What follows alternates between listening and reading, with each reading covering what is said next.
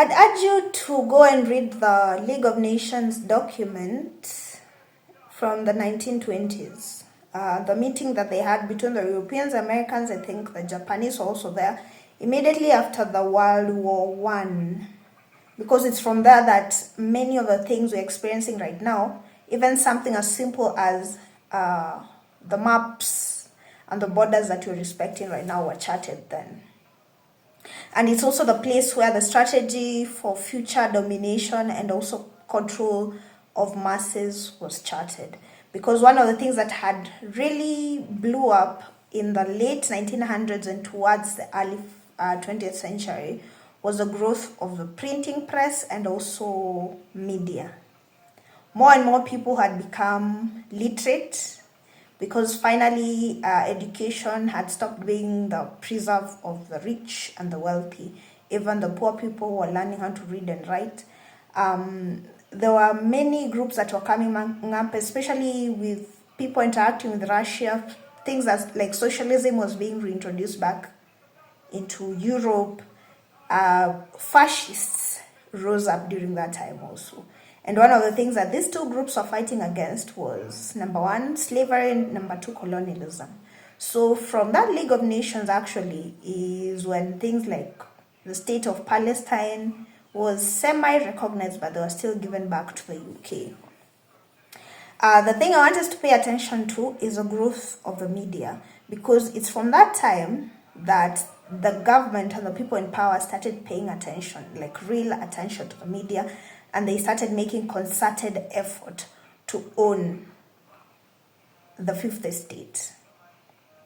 Because at that time, actually, it's through the push of the media with socialists and fascists, as I've already said, that things like independence was pushed for.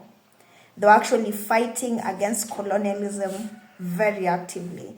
Things like the plantations, the sugar plantations in Brazil and such places, they were basically let go of because of the media attention that people were getting, and it was getting as bad as what we saw here with the Gen Z protests, that the people who are known to have actively invested in sugar plantations in South America and such places, they would be attacked and their property destroyed, and so they took the initiative to basically disconnect themselves from such institutions that were known to use slave labor to grow cotton and sugar and such things.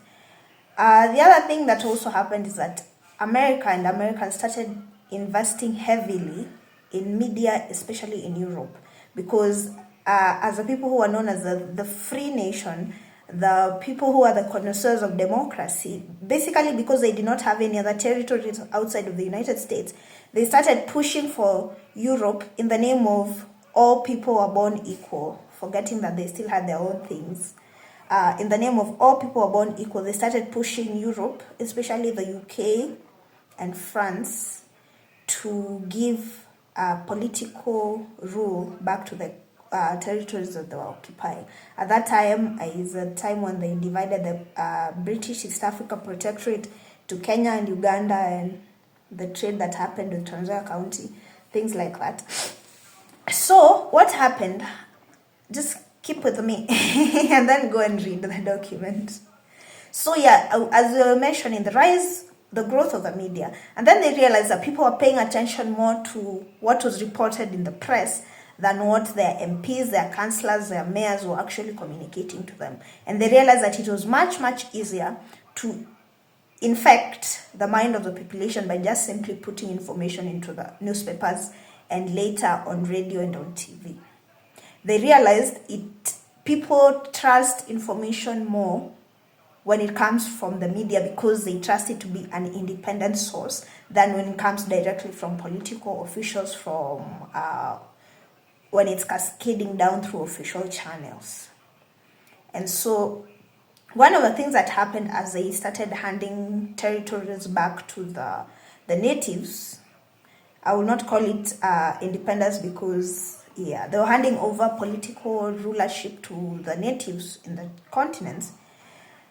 one of the things they all agreed on, and I think you will find in those documents, especially the one from the 1920s and also the one from the 1940s, and go read the works of Winston Churchill and such men, they agreed that they would hand over political freedom, but they would actively work to control their minds.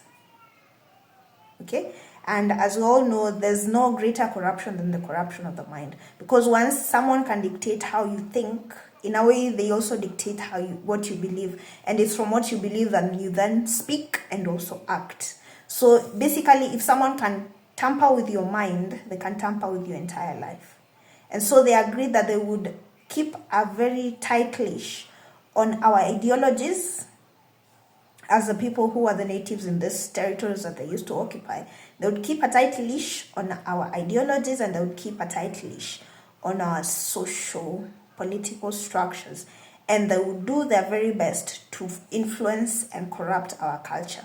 Because as they were taking over territories by colonialism, they realized one of the easiest way to do it is, number one, you attack their social structures, and number two, you attack their cultural stand. Once you get people to hate what they have believed for so long, then it's easy for you to then tell them how to behave and then teach them what you believe. If you can get someone to hate how they behave as a family, then you can teach them how to behave as a new man with no identity. Basically, that's what I'm saying. And so that has been going on. The people, the wealthy in the world, actually, one of the places they have invested heavily is in media. Because you realize, even as you're watching things like Citizen TV and Nation, you realize that nowadays there's nothing like independence in media anymore. They have a way they speak.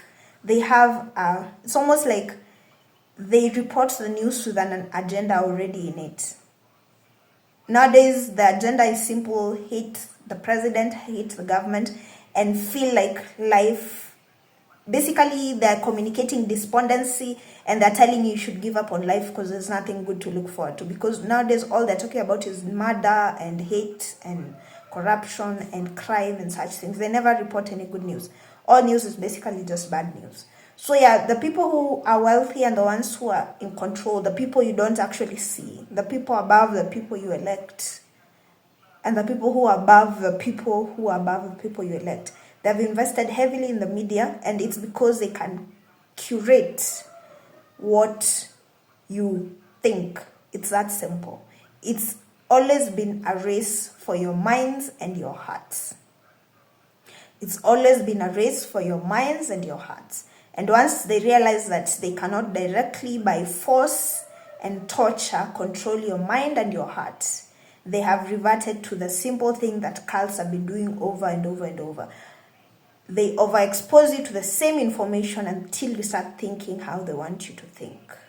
And I think that's very clear by now, because I think this week, Benjamin Netanyahu was sitting down with social media personalities, and they were talking about TikTok.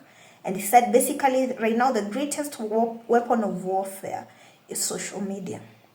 Because it's through social media that you can get people to start rioting. It's through social media that you can get people to support a certain agenda. It's through social media. You can even get someone to hate their parents. You can get someone to hate their own children just through social media. So right now, the media, and especially social media, is the greatest weapon of warfare all the world over. Yes, nuclear warfare is something to watch out for, but mostly we are being attacked through these devices that we are holding in our hands. But since you must have it, use it to break yourself out of the prison of the mind. Okay? Bye.